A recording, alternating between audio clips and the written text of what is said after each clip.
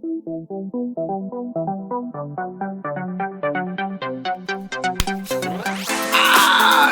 welcome back. How are we doing today, traders? We have a beautiful video today, and stay tuned because I want to show you guys something very, very special, very, very exciting on the GME Warrants chart. It's actually insane. But first, we're going to be going over Michael Burry commenting on GME once more. This happened sometime last week, or over the weekend, I believe, and he said, "I am planning a GME full story post sometime in December." There are a number of good, hard lessons in that journey, right? And I have an idea for what GME should do now. Fascinating to see this. In fact, in my opinion, I don't know if it's correlated at all, but look at these boom candles, guys. I wish I saw this chart before. I'll be honest, I completely disregarded the warrants. I didn't know you were like that. I did not know the warrants were like that. But what you saw basically was when we were talking about this falling wedge chart on GME, and for those who have been around, we commented on it quite regularly. I would say, and got hate all the way down. Got hate.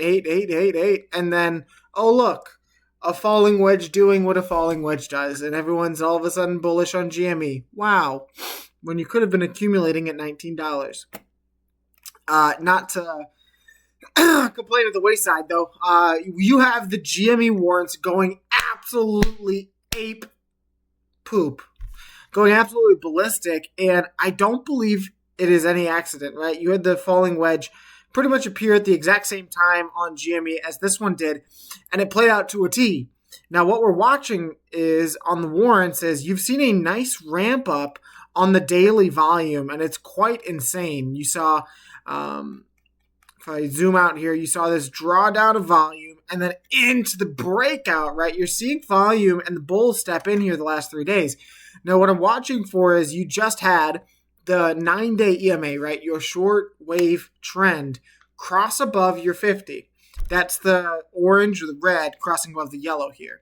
What I'm watching for now is this almost blow off top potential if the 9 crosses through the 200. Because what is that telling me, right? That is telling me that the short-term trend is much more explosive, much more demanding than the long-term trend. And if that happens, guys, all hands on deck. That's going to be crazy. And I would anticipate price to be somewhere around this region. But caution yourself as well, because something could totally be in the books for a monster retest of not just this gap fill sitting at, what's the gap fill sitting at? 303. So approximately 65 cents from where you are currently. I do think that there is a very real possibility where you come down to either this breakout, right, which is pretty much right on the gap fill there, or the neckline, right? Neckline of this breakout, this U-shape tap that you saw. But the more you zoom in, the more the volume on the daily just looks absolutely beautiful. It's like a Picasso painting, I swear. So that's what we're watching for, is those indicators to flip. And just when it can't get any more exciting, it does. Because on the 4-hour, you're going to have your first 4-hour golden cross in the stock's history. Now, typically, these are very, very green. This is occurring within the next couple of days. So you're going to get a decision on whether this rejects and makes its pullback to the gap fill, or whether you see this thing continue to ramp up. Just a little bit of tinfoil that I've been brewing in my brain is the same exact way that Michael Burry was saying the first squeeze on GME. And this is just tinfoil. This is not financial advice. I think it would be fascinating with all the problems and all the issues that happened during the warrant dividend issuance. If Michael Burry was holding a position, I would not be surprised to see him speak out just like he did during the first squeeze and say, I did not get all my warrants. I didn't get them on time. They came fractional, right? That is, none of those three things are supposed to happen, right? And that was the exact same thing when he demanded his share recall that had created extreme FOMO on GME. I would not be surprised to see him do something similar here. We're playing with the master of the trade, right? The Big Short, or the Big Short squeeze, as he made happen, right? So, fascinating stuff on GME's warrants. The falling wedge looks beautiful. So, sorry for not catching this earlier, guys, but there is still a developing play here. I just wouldn't get in right now. I would wait for a further pullback. If it comes, right, there's no reason to chase. But the weekly just looks so insane. It's mind-boggling. You see this breakup up 25%, up 10% on the weekly candle. So any pullback, even into the 9-day EMA, is welcomed here for potential entry. English. So that's the warrants. The warrants look crazy. But GameStop's price, what are you doing right now? Why are you doing it? Right? Well, what you're doing is you're continuing your breakout of the falling wedge like we had talked about, which is a beautiful thing, guys. You're seeing pretty much no surprises right now. It's all according to plan. And something that's significantly bullish is you've officially crossed above the weekly RSI band. The only other times you've done that was during this spring up in price, which you ran approximately 27%. This spring up in price. So pretty much every single leg up, guys, you've seen this bullish confluence on the chart that you're getting the cross on the weekly above the RSI band, and it's pretty much every single time marked your bottom. So if you are a bull on this stock right now, I gotta be honest, you're in a good position here, regardless of what happens. But I would be doing you guys a disservice if I did not talk about on the daily time frame. Be wary, right?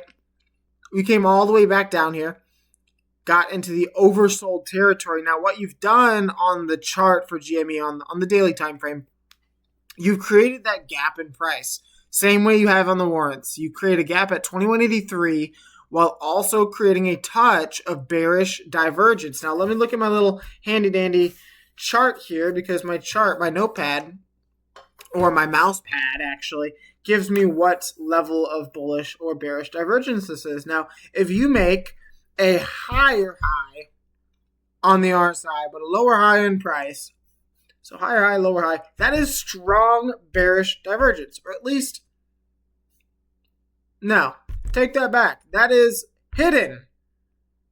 That is hidden bearish divergence. So maybe at some point I'll link this down below for you guys to see, but it has been pretty monumental for me as a new trader even to see what is hidden, what is strong, what is weak, bearish and bullish divergences. But you have hidden bearish divergence here on the daily chart while also creating this gap. I do find a pullback here not necessary, but likely. And that could happen now, right? You could pull back into this 2139 region to test this previous high. or you could do exactly what we were talking about you doing, exactly how we drew it up, which is coming back here, either retesting this trend line that was your previous resistance, right? Or previous support. And that would not surprise me at all. Support. You've pretty much sprung every single time you've touched this trend line, guys. So it would not be surprising to see this act as significant resistance as the first time you're testing it to the downside, right? So what I would find likely is maybe you come back up here, retest it, fail the first time, make your higher high, or higher low, and then you go. Another scenario is you fail to hold it, you make a bullishly divergent low, which is something that we would watch for and scream from the heavens, right? Because if you come and you make a lower low in price, but a higher low on the RSI down here, guys, that to me would tell me that the bottom is in, or at least it is in the process of doing so, and it would be a good opportunity for myself to average down on some cheap GME shares in the teens. And that is absolutely dirt cheap, in my opinion, not financial advice. If that did happen, guys, I would be loading the boat. Regardless of how far you trade into this, you're talking about pennies. And I'm talking about, if this is a macro falling wedge, guys, you saw how hard this micro one is ripping. If this is a touch, I mean, you're talking about a pretty explosive move at that. If you get all the way down here to the low 19s, I mean, you could be talking 40, you could be talking 27, and you could be talking 24. But regardless, I like the stock. I like the way GME is positioned.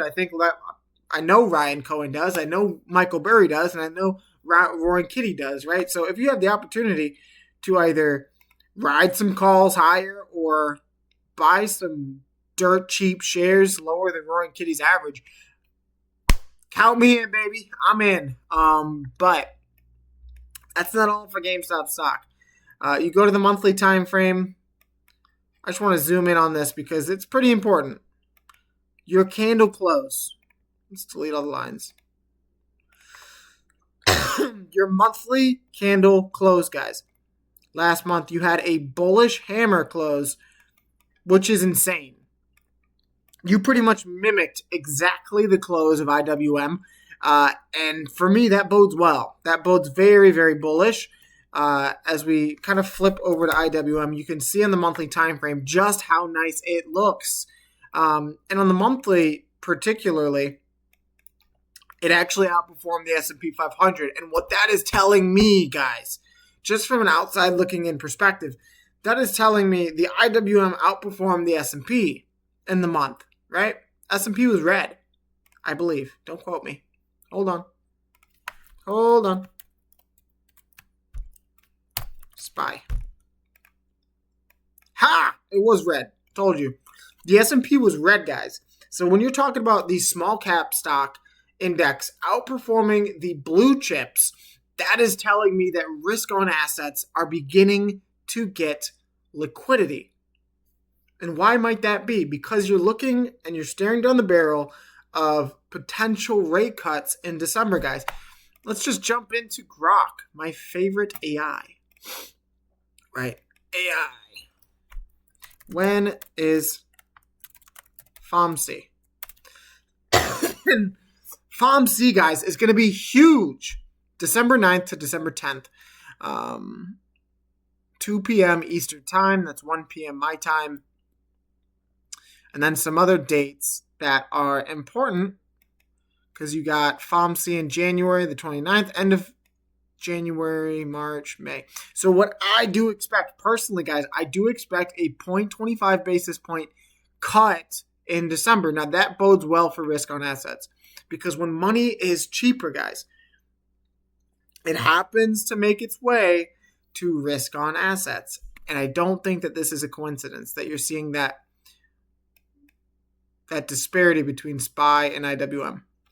While GME rips, while AMC finds a potential bottom, right? I don't think it's a coincidence, guys. But that is what I have for risk on assets today, guys. GME, AMC, and the like, IWM. God bless to each and every single one of you guys. I'm dropping one more video today on Neo Stock. So thank you guys for helping me get to 1,000 subscribers. It's been a freaking blast. And just remember, guys, the best is yet to come. God bless.